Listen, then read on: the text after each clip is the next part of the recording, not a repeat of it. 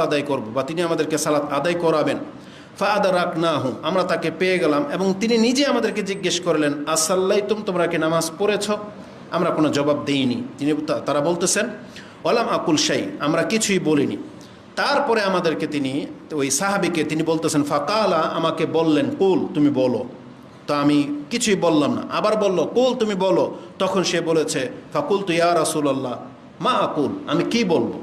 তখন রাসূলুল্লাহ সাল্লাল্লাহু আলাইহি ওয়াসাল্লাম তাকে বলেছেন, তুমি বলো, কুল হুয়াল্লাহু আহাদ ওয়াল মাউইজাতাইনি, তুমি সূরা ইখলাস এবং ফালাক এবং নাস পাঠ করো।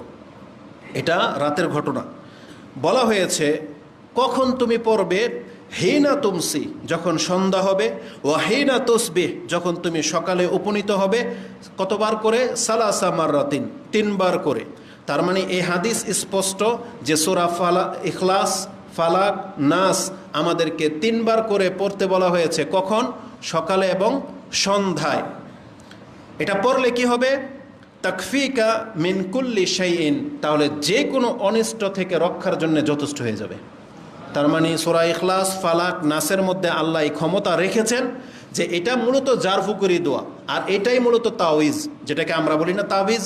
তাবিজ মূলত এটা না, এই যেটা হচ্ছে তামিমা, যেটা আমাদের পীর সাহেব ব্যাখ্যা করে বলে যে এই মূর্খরা ওহাবিরা বোঝে না, তাবিজ আর তামিমা এক জিনিস না।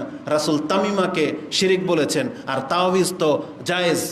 তাই আপনি যখন এই ভাষাটাকে পার্থক্য করে বললেন, তো জাতিকে এটাও বলে দেন, তাওয়িজ মানে হচ্ছে যেটা দিয়ে আশ্রয় চাওয়া হচ্ছে। তাওয়িজ মানে আল্লাহর কাছে যা দিয়ে আশ্রয় চাওয়া হয়, আর আশ্রয় চাওয়ার জন্যে আল্লাহ নিজেই নাজিল করেছেন সূরা ফালাক এবং নাস।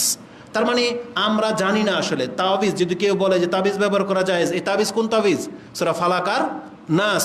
কিন্তু সেটা কি ব্যবহার করার জন্য নাকি পাঠ করার জন্য? তাহলে তাবিজ পাঠ করার জিনিস, তাবিজ পড়ার জিনিস না। কেউ যদি